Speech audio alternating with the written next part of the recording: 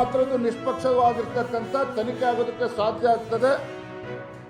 ಇದರಲ್ಲಿ ಯಾರೇ ತಪ್ಪಿತಸ್ಥರಿರಲಿ ಅವ್ರನ್ನ ಕರೆದು ವಿಚಾರಣೆ ಮಾಡಿ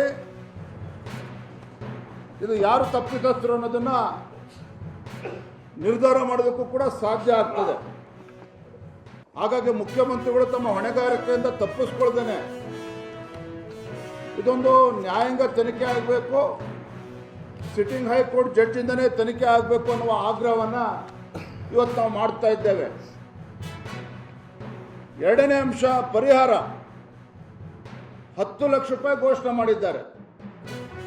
ಅರೆ ಇತ್ತೀಚೆಗೆ ಕೇರಳದಲ್ಲಿ ಆನೆ ತುಳಿತಕ್ಕೆ ಒಳಗಾಗಿ ಆನೆ ಕರ್ನಾಟಕ ರಾಜ್ಯದಲ್ಲಿ 25 ಲಕ್ಷ ರೂಪಾಯಿ ಘೋಷಣೆ ಮಾಡ್ತೀರಿ ನೀವು ರಾಜ್ಯ ಸರ್ಕಾರ. ನಿಮ್ಮ ರಾಜ್ಯ ಸರ್ಕಾರದ ಬೇಜವಾಬ್ದಾರಿತನದಿಂದ ಇವತ್ತು 11 ಜನ ಪ್ರಾಣವನ್ನು ಕಳೆದುಕೊಂಡಿದ್ದಾರೆ.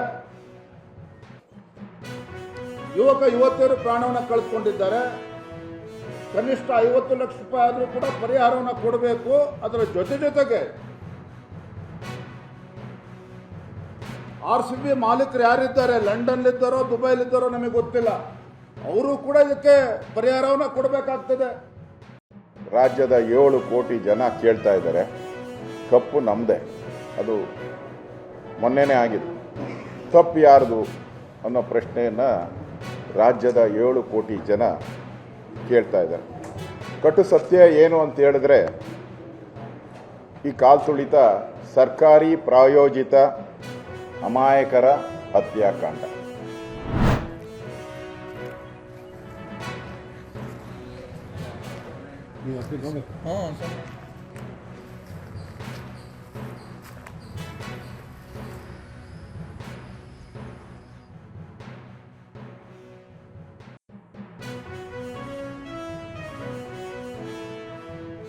ಮಕ್ಕಳಿಗೆ ಒಳ್ಳೆ ಫಲಿತಾಂಶ ಬಂದಿದೆ. ಎಲ್ಲ ಸುತ್ತಮುತ್ತ ಎಲ್ಲ ಮೆಚ್ಚುಗೆ ಪಾತ್ರ ಆಗಿದೆ.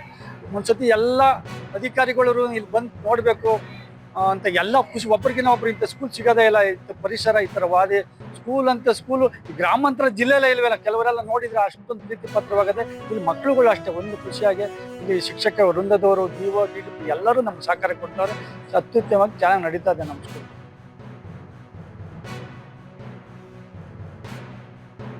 ಇಲ್ಲಿ ನಮ್ಮ ಹಸಿರಾದ ವಾತಾವರಣ ನೋಡಿದ್ರೆ ನಾವು ಈ ಸ್ಕೂಲ್ ಬರಬೇಕು, ಯಾವುದೇ ರಜಾ ಹಾಕ್ಬಾರ್ದು. ಎಲ್ಲ ಊರಿಂದನೂ ನಮ್ಮ ಸ್ಕೂಲ್ಗೆ ಬರ್ತಾರೆ. ಯಾಕಂದ್ರೆ ನಮ್ಮ ಸ್ಕೂಲಿನ ವಾತಾವರಣ ಮತ್ತೆ ನೈರ್ಮಲ್ಯ ನೋಡಿ ಎಲ್ಲರೂ ಕೂಡ ಬರ್ತಾರೆ. ಮತ್ತೆ ನಾವು ಪರಿಸರ ದಿನಾಚರಣೆಯಲ್ಲಿ ಇಲ್ಲ ಅಂದ್ರೂ 3 ಗಿಡ ಆದ್ರೂ ನೆಡ್ತೀವಿ ನಾವು. ನಮ್ಮ ಶಾಲೆ ಹೆಸರು ಸರ್ಕಾರಿ ಪ್ರೌಢಶಾಲೆ ತೊರೆದೊಡ್ಡಿ. ನಮ್ಮ ಶಾಲೆಯಲ್ಲಿ ತುಂಬಾ ಪರಿಸರ ಚೆನ್ನಾಗಿದೆ. ತುಂಬಾ ಪರಿಸರ ಚೆನ್ನಾಗಿರುವುದರಿಂದ ಆರೋಗ್ಯ ಎಲ್ಲ ತುಂಬಾ ಚೆನ್ನಾಗಿದೆ. ನಮ್ಮ ಶಾಲೆಯಲ್ಲಿ ಪ್ಲಾಸ್ಟಿಕ್ ಅನ್ನು ಯೂಸ್ ಮಾಡೋದಿಲ್ಲ. ಇದರ ಬಗ್ಗೆ ನಮ್ಮ ಶಿಕ್ಷಕರೆಲ್ಲ ನಮಗೆ ಅರಿವು ಮೂಡಿಸಿದ್ದಾರೆ.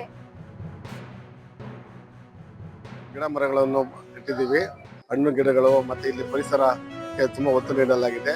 ಇಲ್ಲಿ ಮಕ್ಕಳ ವಿದ್ಯಾಭ್ಯಾಸಕ್ಕೆ ತುಂಬಾ ಅನುಕೂಲವಾಗಿದೆ. ಅದೇ ರೀತಿ ಇಲ್ಲಿ ಮಕ್ಕಳನ್ನ ಸೇರ್ಸಕ್ಕೆ ಸುತ್ತಮುತ್ತಲ ಗ್ರಾಮದವರು ಬಹಳ ಇಷ್ಟಪಡ್ತಾವ್ರೆ. ಇಟ್ಮೋಡು, ತೊರೆದೊಡ್ಡಿ, ಅಂಗರಳ್ಳಿ, ಹೆಗ್ಗಡಗೆರೆ, ಬಾನಂದೂರು, ಗೋಪಲ್ಲಿ ಎಲ್ಲ ಕಡೆಯಿಂದ ಮಕ್ಕಳು ಬರ್ತಾ ಇದ್ದಾರೆ. ಇಲ್ಲೂ ಮಕ್ಕಳಿಗೆ ವಿದ್ಯಾಭ್ಯಾಸಕ್ಕೆ ಹೆಚ್ಚು ಅನುಕೂಲ ಒತ್ತು ಕೊಟ್ಟಿದ್ದೀವಿ.